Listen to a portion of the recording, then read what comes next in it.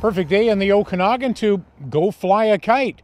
As you can see by the flags behind me, the wind is starting to pick up in the Kelowna area.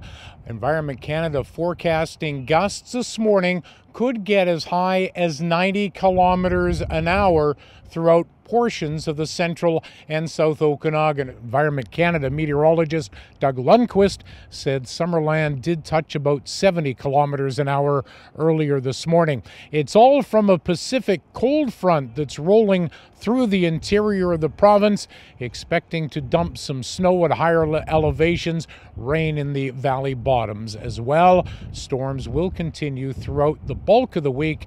However, the biggest wind event is expected today. Wayne Moore, Castanet News in Kelowna.